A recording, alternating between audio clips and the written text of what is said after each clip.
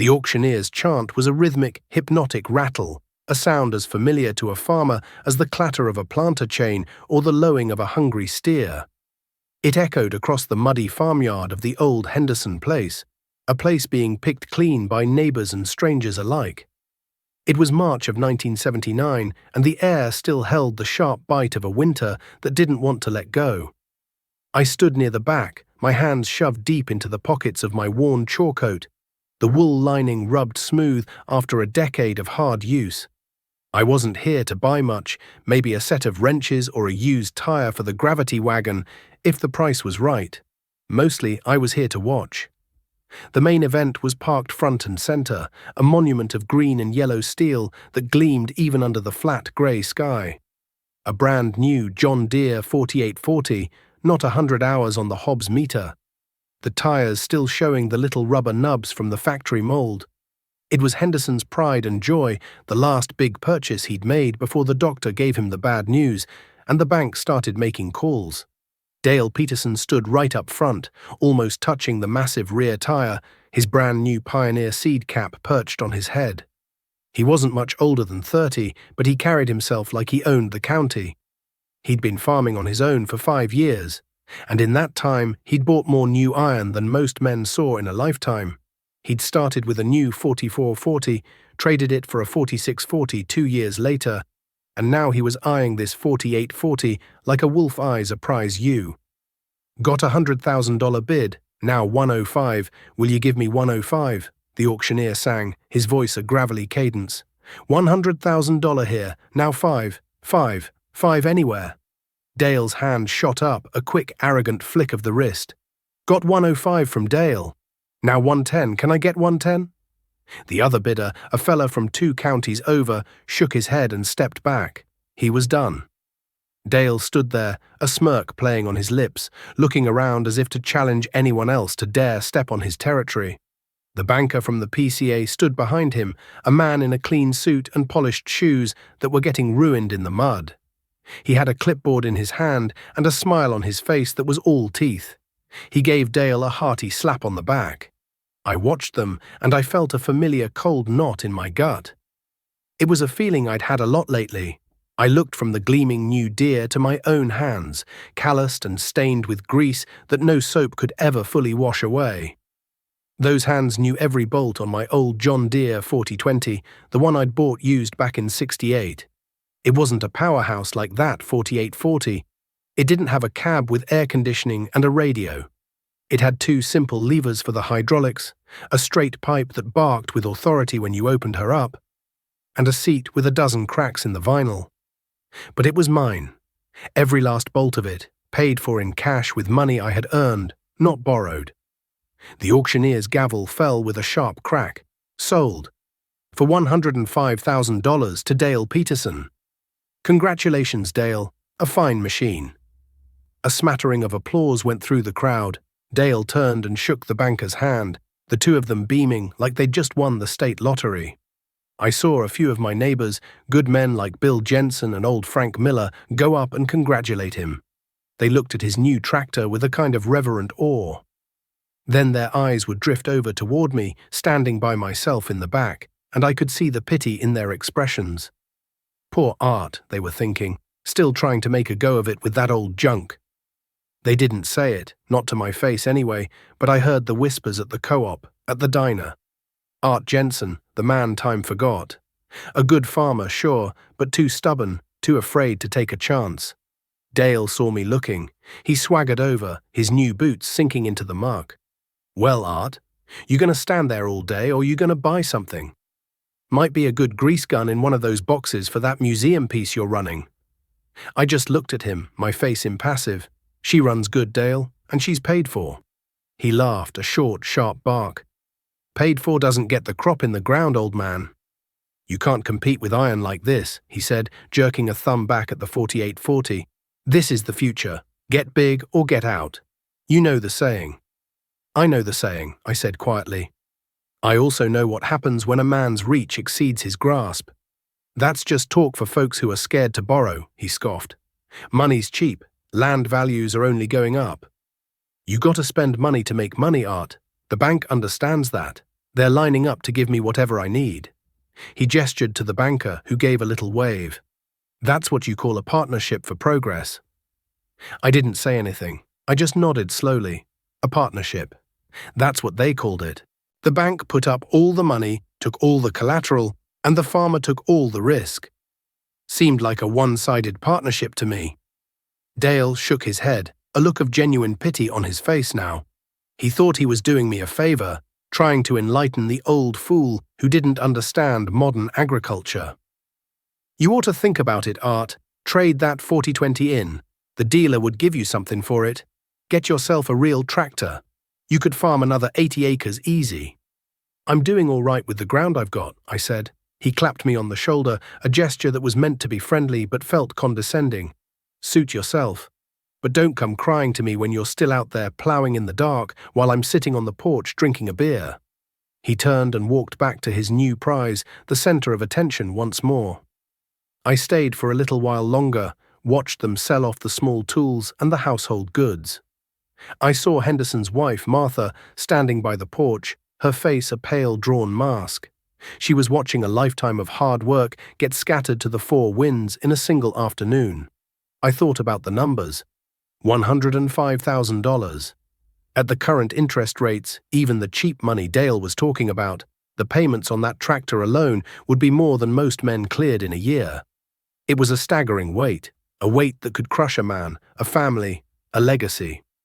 Dale saw a shiny green tractor. I saw a $100,000 anchor tied around a young man's neck. And before we go any further, before I tell you about the years that followed, about the smell of hot oil and busted knuckles, about the whispers that turned to shouts, I have to ask you folks watching this, have you ever seen a man so proud of the shovel he was using to dig his own grave? Let me know down in the comments what you think about taking on that kind of risk, betting the whole farm on the idea that the good times will last forever. The spring of '79 was a wet one. It seemed like every time the ground started to dry out enough to think about getting in the field, another inch of cold rain would fall. The pressure was on. Every farmer in the county was itching to go, watching the calendar and the clouds with equal anxiety. For Dale, with his new 4840 and a brand new 24-foot disc, it was less of a concern. He had the horsepower to pull through mud that would swallow a smaller tractor, and the width to cover 150 acres in a long day. For me, it was a different story.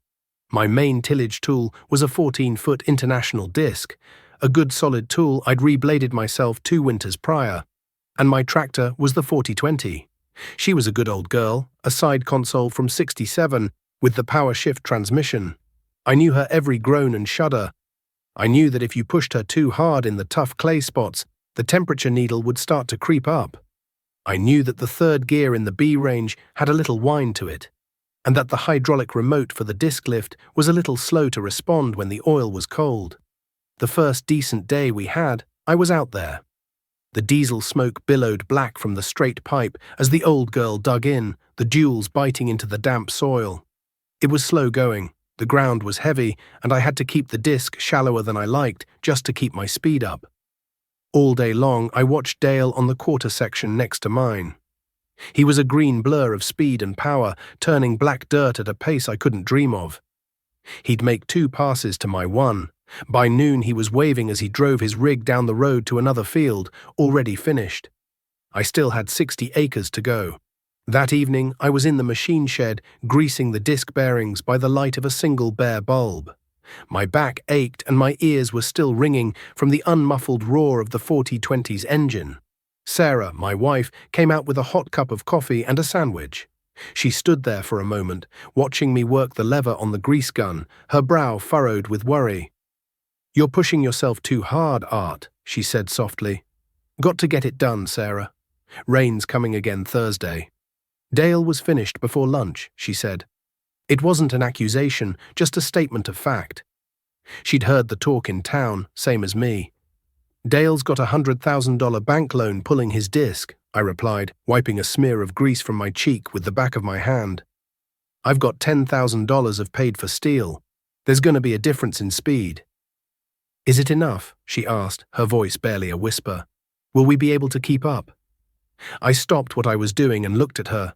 I saw the worry in her eyes, the fear that the neighbors were right, that my old ways were going to sink us. I walked over and took the coffee from her. "We'll be fine," I said, trying to sound more confident than I felt. "We're doing it the right way. No debt, no partners at the bank. What we make is ours. It's slower, but it's surer." She nodded, but I could tell she wasn't convinced. 2 days later, my confidence was put to the test. I was on my last 20 acres, trying to beat the coming rain, when it happened. There was a loud bang from the rear of the tractor, a sickening lurch, and then nothing.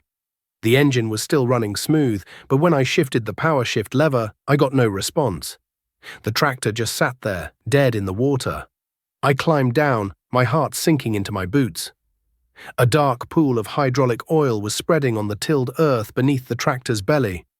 I traced the leak back to its source. A high-pressure line that ran to the transmission pump had ruptured right at the fitting. It wasn't a catastrophe, but it was a disaster for that day. The part wasn't something you could just pick up at the local auto supply. I'd have to go to the John Deere dealer in town. By the time I got a ride into town, got the new hose made and got back, the rest of the day would be shot. And the dark clouds on the horizon were piling up, promising the rain that would shut me down for another 3 or 4 days. As I stood there, staring at the broken line, Dale drove by on the road in his pickup. He slowed down, rolled down the window, and looked at my dead tractor in the middle of the field. "Looks like the museum piece finally gave up the ghost," he called out, a grin spreading across his face. "Busted a hose," I said through gritted teeth. "Yeah, old rubber gets brittle," he said, enjoying himself. "You know, if you had a new tractor, you'd just call the service truck. They'd be out here in an hour. But I guess you got the time to fix it yourself, right?" He chuckled and drove off, leaving me standing there in a cloud of dust and humiliation. He was right, of course. That was the difference. His problems were solved with a phone call and a checkbook. My problems were solved with my own 2 hands, a set of wrenches, and time I didn't have. It took me the rest of the afternoon to get the new hose on. It was a miserable job, lying on my back in the damp dirt, hydraulic oil dripping onto my face. Every bolt was caked with years of grease and grime. My knuckles were skinned raw by the time I was done. I finally got it buttoned up just as the first drops of rain began to fall. I'd lost the race. That last 20 acres would have to wait. That night, I sat at the kitchen table, too tired to eat, just staring into a cup of coffee. The rain hammered against the window panes. I could feel the weight of every condescending look from Dale, every pitying glance from my neighbors, every worried frown from my wife. For the first time, I allowed a sliver of doubt to creep into my mind. Were they right? Was I just a stubborn old fool clinging to the past while the world moved on? Was my fear of debt going to be the thing that ultimately destroyed everything I'd worked for? I looked at my hands, swollen and cut, the fingernails packed with black grease. They were the hands of a man who did his own work. But maybe, just maybe, that wasn't enough anymore. The next few years were a strange time in the heartland. It was the tail end of the Carter administration, and the good times were rolling, at least on the surface. Commodity prices were strong. Corn was over $3 a bushel, beans were pushing 7 and 8. The Russians were buying grain by the shipload, and the government was telling us to plant fence row to feed a hungry world. Land prices, which had been climbing steadily for a decade, went ballistic. Ground that had sold for $500 an acre in the early 70s was now bringing $2,000, sometimes $3,000 at auction. It felt like a gold rush. For men like Dale Peterson, it was paradise. He was farming more ground than ever, doing custom work for half the county with his big new equipment. The high yields and high prices meant his cash flow was incredible. But Dale wasn't banking the profits. He was leveraging them. Every dollar of new equity he gained from his inflating land values was another dollar the PCA was willing to lend him. He was a shining example of the new way of farming. He bought the 80 acres to the north of me for a price that made my head spin. Then he bought the Henderson place, all 160 acres of it, taking on the very debt that had put it up for auction in the first place. He traded in the 4840, not even 2 years old, for a brand new John Deere 8640. It was an articulated 4-wheel drive, a monster of a machine with 8 giant tires and a price tag that was close to $200,000. It was the first one in the county, and people would drive by his place just to look at it, parked out in front of the new machine shed he'd built. It was a 50 by 100-foot steel building with a concrete floor and massive sliding doors. He put up a new grain leg too, a towering silver testament to his success, complete with a new drying system. When he wasn't buying land or equipment, he was buying toys. A new Ford pickup every year, a bass boat, a snowmobile. His wife drove a brand new Buick sedan. They were living the high life, and nobody questioned it. He was the golden boy, the man who had figured it out. Meanwhile, I just kept my head down. The good prices were good for me too, but I wasn't using the money to borrow more. I was using it to get further out of debt. I paid off the last little bit on my small operating note at the local bank.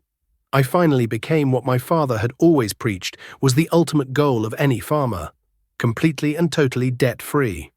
It was a quiet victory. There was no party, no congratulations from the neighbors.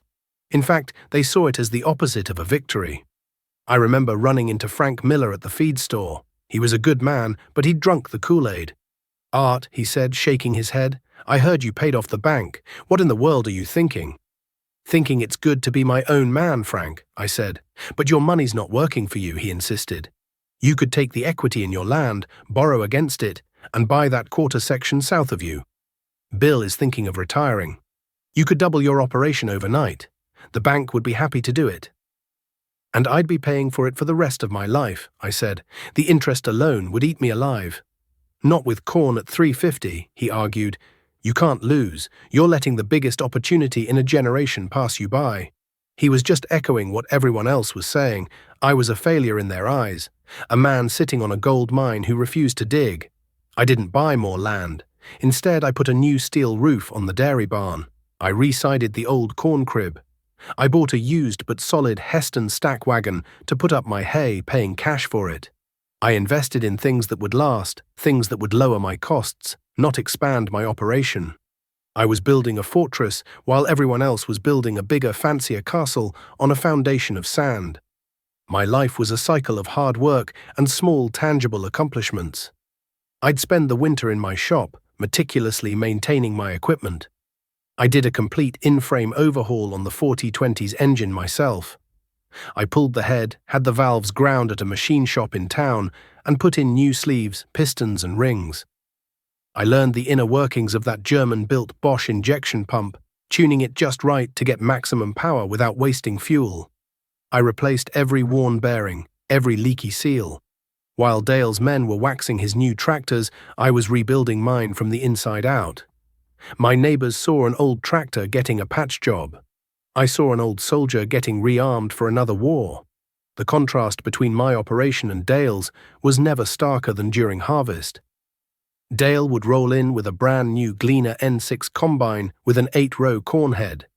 He could shell 100 acres of corn in a day, the grain pouring into a fleet of shiny new gravity wagons pulled by his big tractors. He'd have it all hauled to his new grain leg and dried in a matter of days.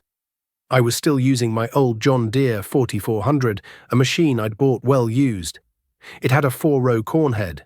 It was slow, noisy, and dusty. Breakdowns were a constant battle. A belt would snap, a bearing would go out. Each time it meant climbing into the guts of the machine, covered in grease and chaff, figuring out the problem and fixing it myself.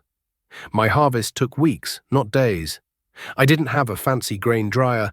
I used my old corn cribs, relying on the wind to dry the corn naturally, the old way.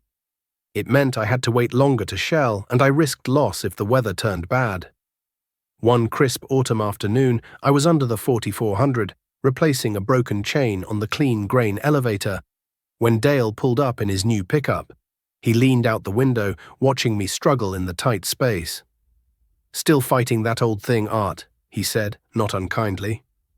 "You know, I could custom combine this whole farm for you in 2 days. Probably cost you less than what you're spending on parts and downtime." I crawled out from under the machine, wiping my hands on an oily rag. "Appreciate the offer, Dale, but I like to do my own work." "There's a difference between doing your own work and being stubborn," he said, shaking his head. "You're leaving money on the table, a lot of it." He was right in a way. The freedom math, as I called it, wasn't about making the most money in a single year. It was about survival. My equation was simple: revenue minus expenses equals profit. And the biggest, most dangerous expense on any farm was interest. By keeping my equipment old and my expenses low, my profit margin was small, but it was solid. It was real. Dale's math was different. His equation was revenue plus new loans equals progress. He was focused only on the top line, the gross income, and he was using the bank's money to inflate it every year. He never seemed to look at the bottom line, at the staggering cost of the interest that was silently compounding against him. As the 70s drew to a close, a few warning signs started to appear, but you had to be looking for them. At the co-op, the manager mentioned that the interest rate on their operating loans had ticked up a full point. On the nightly news, a grim-faced man named Paul Volcker, the new chairman of the Federal Reserve, started talking about a war on inflation. He spoke of monetary discipline and painful but necessary measures. I was at the diner one morning, and the talk at the big round table turned to the news. "Bunch of nonsense," Dale said, waving his coffee cup dismissively. "They're not going to jack up interest rates. They'd kill the economy. They wouldn't dare hurt the American farmer. We're the backbone of this country." The other men around the table nodded in agreement. They all had loans. They all believed in the new way. They had to. I sat in my booth, sipping my coffee, and said nothing. But I felt that cold knot tighten in my stomach again, tighter than ever before, because I knew something about being the backbone of the country. I knew that when a heavy load needs to be carried, it's the back that feels the strain first, and I had a terrible feeling that a load heavier than any of us could imagine was about to be dropped right on top of us. The summer of 1980 was a scorcher. The sky over the county turned a hazy, bleached-out blue and stayed that way for weeks. The corn tassels, which should have been plump and shedding a fine yellow pollen, were turning a brittle, scorched white. The soybean leaves curled up during the day, trying to hold on to what little moisture they had. It was a drought, a real one, the kind that settles deep in the bones of the land and the hearts of the men who work it. For me, the dry weather was a worry, but not a terror. My yields would be down, no doubt about it. But my costs were fixed and low. I had enough hay in the barn from the good spring cutting to see my small herd of cattle through the winter. The corn in the crib from the year before was my safety net. It was paid for. It was mine. For Dale Peterson, the drought was a catastrophe. He was farming nearly 1,000 acres now, all of it corn and soybeans, all of it thirsty. His entire operation was built on the assumption of bumper crops and high prices. One of those pillars was already crumbling. The other was about to get kicked out from under him. President Carter had announced a grain embargo against the Soviet Union. The market, which had been the farmer's best friend, turned into a bloodthirsty enemy overnight. Corn prices didn't just drop, they fell off a cliff. The $3 corn that had financed Dale's empire was suddenly struggling to fetch $2.20 a bushel. The first real crack in his shiny green facade appeared in late July. I was driving past his place on my way into town when I saw it. The big John Deere 8640 was parked crooked in the middle of a field, a massive 40-foot field cultivator hitched behind it. A John Deere service truck was parked next to it, the mechanic lying on a creeper underneath the tractor's articulated joint. That was a bad sign. You don't call the dealer mechanic for a flat tire or a busted hose. You call him for something expensive, something deep in the guts of the machine. I saw the mechanic again a few days later at the diner. He was a young fella named Kevin that I knew. I sat down in his booth. "Looks like Dale's having some trouble with the big horse," I said, motioning for a coffee. Kevin sighed and ran a greasy hand through his hair. "Trouble's not the word for it, Art. The main hydraulic pump grenaded, sent metal all through the system. We've had to flush every line, every valve, every cylinder. The bill for the parts alone is over $10,000. And that's before our labor." He shook his head. "Those things are complex. Not like your 4020. There's a computer board in there that controls the transmission shifting logic. If that goes, it's another $2,000. It's a whole different world. $10,000. Just for parts." That was more than I'd paid for my 4020, tractor and all. I thought about the times my old girl had given me trouble. A leaky water pump, a worn-out clutch, the busted hydraulic line. The most expensive repair I'd ever done, the engine overhaul, had cost me less than $2,000, and I'd done the labor myself over a winter. Dale couldn't afford to have his machine down for a day, let alone a winter. His problem had to be solved now, and the only solution was to write a check with a lot of zeros on it. The pressure was showing on him. I saw him at the co-op a week later. He looked thin, his face drawn and pale. The confident swagger was gone, replaced by a twitchy, nervous energy. He was arguing with the manager about the terms on his chemical bill.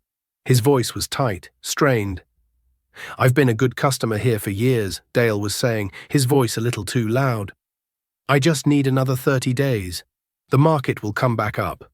The manager, a patient man named George, just looked at him sadly. "My hands are tied, Dale. The board is tightening credit for everyone. The interest alone on an overdue account is—" Dale cut him off, throwing his hands up in the air. "I know what the interest is." He stormed out, slamming the door behind him. The whispers started then. Quietly at first, then with more confidence. Talk that the PCA was getting nervous.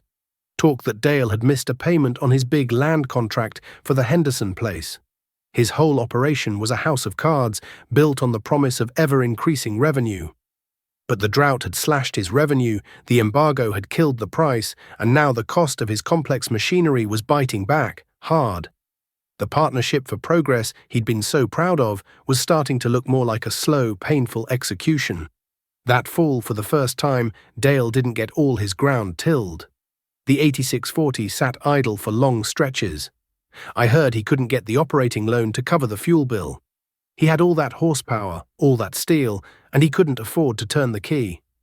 I'd be out on my 4020, pulling my 5-bottom plow, the old diesel engine barking a steady, reassuring rhythm.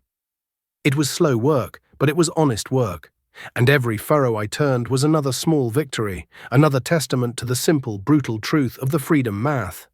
The winter of 1981 was when the storm truly broke. Paul Volcker and the Federal Reserve made their move.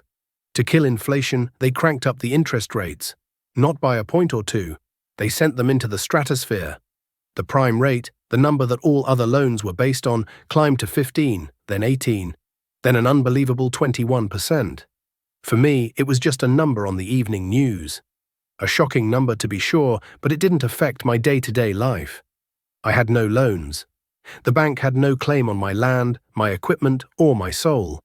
For Dale Peterson and thousands of farmers just like him, it was a death sentence. His operating notes, his machinery loans, his mortgages, they were almost all on variable rates. The banker who had been his best friend, the man who had slapped him on the back and encouraged him to borrow more, suddenly had a new, harder edge to his voice. The partnership for progress was over. This was just business. Dale's interest payments, which had been massive but manageable when rates were at 8%, suddenly doubled, then tripled. He was being asked to pay more in interest every month than he had once paid in a year. At the same time, the asset that backed all those loans, his land, was collapsing in value. The gold rush was over. Land that had been selling for $3,000 an acre was now lucky to bring $1,200. His equity, the paper wealth that had made him feel so rich, evaporated in a matter of months. He was upside down, owing far more on the land than it was worth. The foreclosure notices started appearing in the legal section of the county newspaper like obituaries. First, it was smaller operators, men who had stretched too far. Then the bigger names started to appear. Frank Miller lost the 80 acres he'd bought on contract. Bill Jensen had to sell his dairy herd to make a payment. A dark cloud of fear and despair settled over the countryside. The friendly waves between neighbors on the gravel roads became fewer. Men looked away, their eyes hollow, ashamed of their own struggles and afraid to look too closely at the struggles of others. Dale fought it as long as he could. He tried to sell some equipment, but the market was flooded. A used four-wheel drive tractor like his, which should have held its value, was now selling for pennies on the dollar. Nobody had the cash or the credit to buy it. He tried to get a consolidation loan from the FHA, the lender of last resort, but the paperwork was a nightmare and the line was a mile long. The end came on a cold, blustery day in April of 1982. A sale bill was tacked to the bulletin board at the co-op, the black letters stark and final. Auction, it read. Due to foreclosure, the following property of Dale Peterson will be sold to the highest bidder. The list went on for 2 pages. The 8640, the Gleaner Combine, the new machine shed, the grain leg, and finally, at the bottom of the list, 480 acres of prime farmland, including the original Peterson home quarter and the old Henderson place. The day of the auction was almost identical to the Henderson sale 3 years earlier. It was grey, cold, and muddy. But the mood was different. There was no excitement, no sense of opportunity. There was only a grim, somber silence. The crowd was full of neighbours, their faces etched with a mixture of pity and a terrifying thought. There, but for the grace of God, go I. Dale was there, standing off to the side with his wife. He looked like a ghost. The arrogant, confident young man was gone, replaced by a broken shell of a man in his early 30s who looked 50. He wore a dirty seed corn cap and an old frayed jacket, a universe away from the crisp new clothes he used to wear.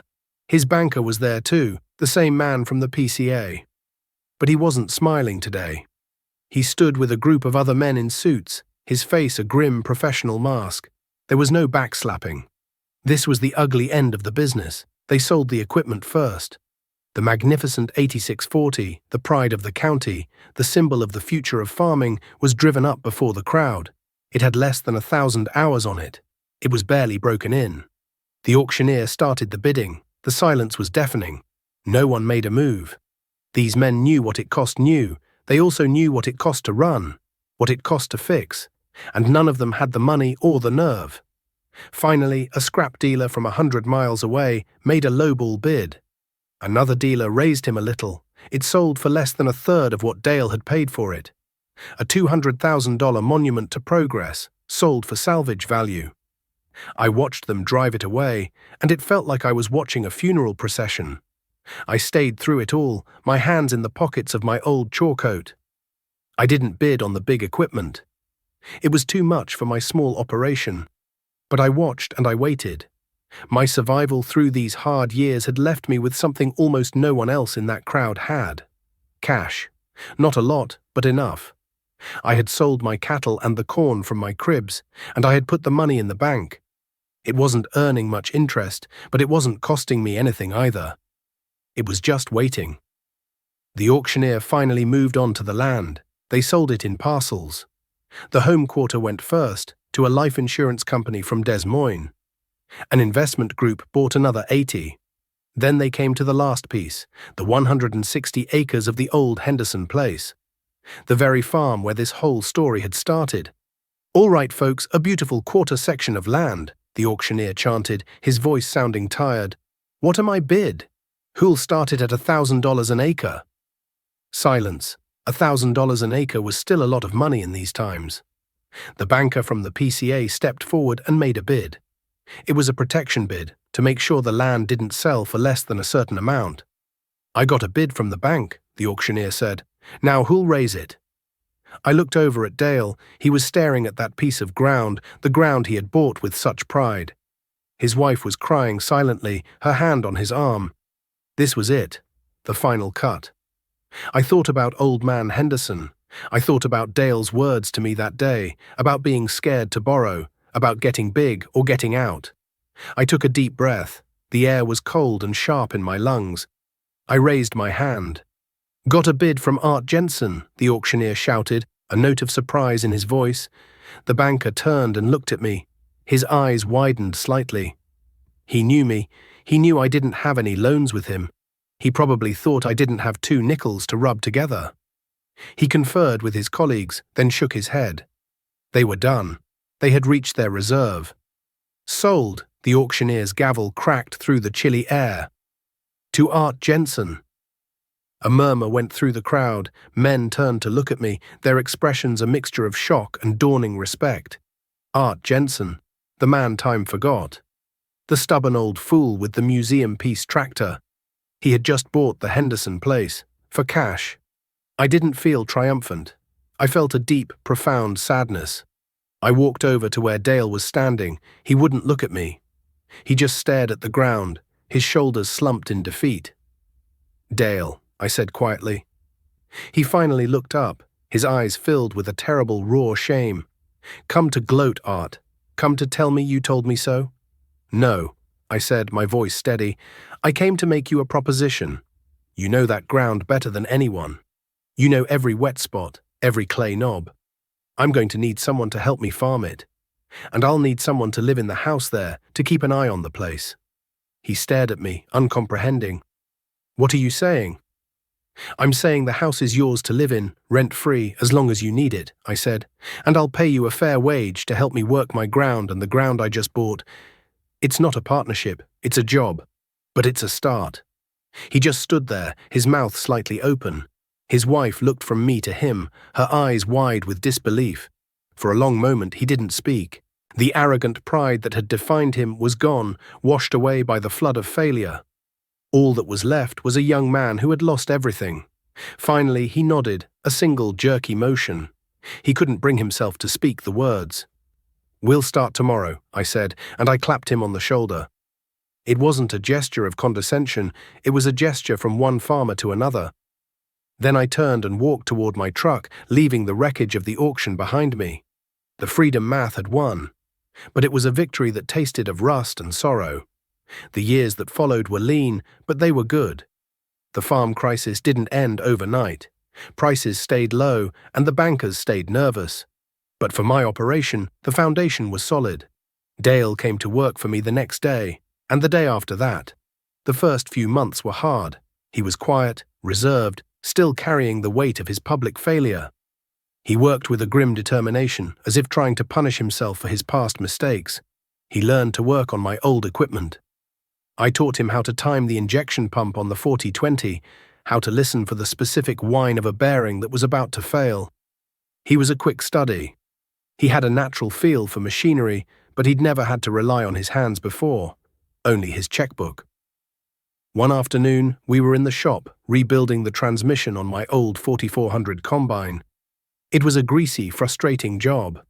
Dale was wrestling with a heavy gear cluster, his knuckles bleeding. I don't know how you do it, Art, he said, sitting back on the concrete floor. How you have the patience for this. It's not patience, Dale, I told him, wiping my hands on a rag. It's independence. Every bolt you turn yourself is a bolt the bank doesn't own. Every part you fix is a payment you don't have to make. This isn't just a combine, it's freedom.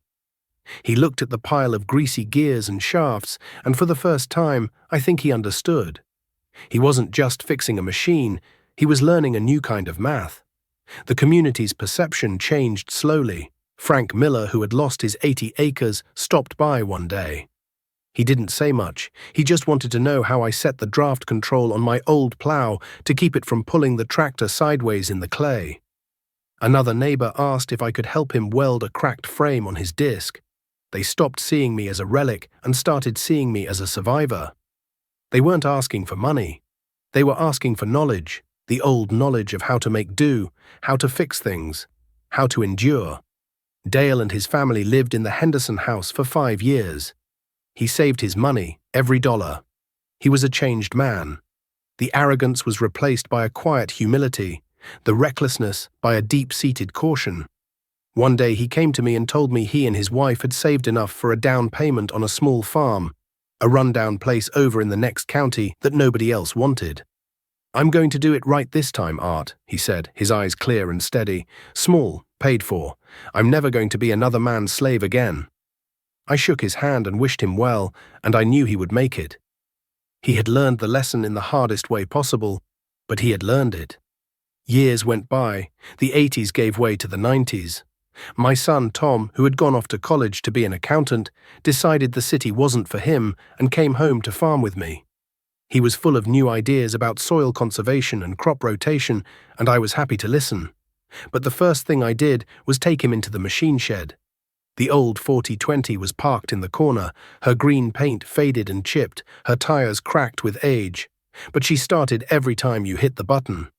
Before we talk about anything else, I told him, handing him a grease gun, you're going to learn this machine, not just how to drive it. You're going to learn how to fix it. You're going to learn the cost of every part, the feel of every lever. He was a teenager now, my grandson Mike. He stood beside me on a crisp October evening, the setting sun casting long shadows across the harvested cornfields. We were looking out over the Henderson place, the land I had bought at that grim auction so many years ago. It was healthy land now, the soil rich and dark from years of careful stewardship. "Grandpa," he asked, his voice full of youthful curiosity, "why do we still have that old 4020? Dad says we could afford a much bigger, newer tractor now." I smiled and put my arm around his shoulder. I pointed to the old tractor parked near the barn. "See that tractor, Mike? It doesn't have a radio, it doesn't have air conditioning, it doesn't have a computer, but it has something much more important. It has a clear title." He looked confused. "A clear title? It means we own it," I said. "All of it. Nobody can take it away from us." In the 80s, this whole country was full of farmers who had the biggest, newest tractors money could buy. But it wasn't their money. It was the bank's. And when times got tough, the bank came and took the tractors and the land and the houses. They lost everything because they were so proud of the shovels they were using to dig their own graves. I knelt down and picked up a clump of soil, letting the rich, dark earth run through my fingers. "This is real," I said, looking him in the eye. "The land, the work, the rain, that's all real. Debt is just a story someone tells you to get you to work for them for free. You remember that? Wealth isn't about how much you can borrow, it's about how much you own. That's the freedom math, and it's the only math that matters." He nodded, a look of understanding dawning on his young face. He was getting it.